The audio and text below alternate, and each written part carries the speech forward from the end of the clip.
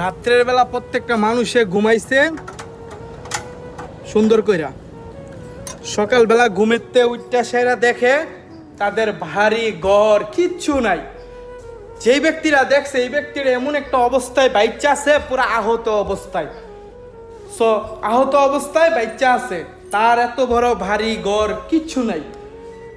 আমাদের যে ফিলিস্তিনি ভাইয়েরা, তাদের বর্তমানে এরকম একটা পরিস্থিতি হইতাছে।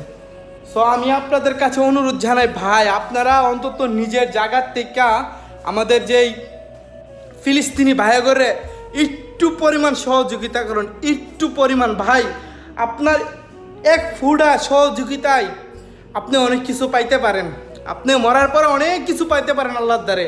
এদিন আমার ঘাইমে গেছে গা চেহারা চেহারা, আপনারা অনেক কিছু পাইতে পারেন। আপনারা কাছে আমার অনুরোধ, আপনারা নিজের জায়গার থেকে অন্তত তাদেরকে সহযোগিতা করার চেষ্টা করুন, যে যেভাবে পারবেন।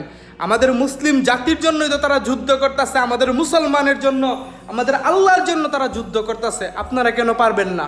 আপনারা নিজের জায়গার থেকে অন্তত ভাইয়েরা সহযোগিতা করার অন্তত চেষ্টাটা করুন।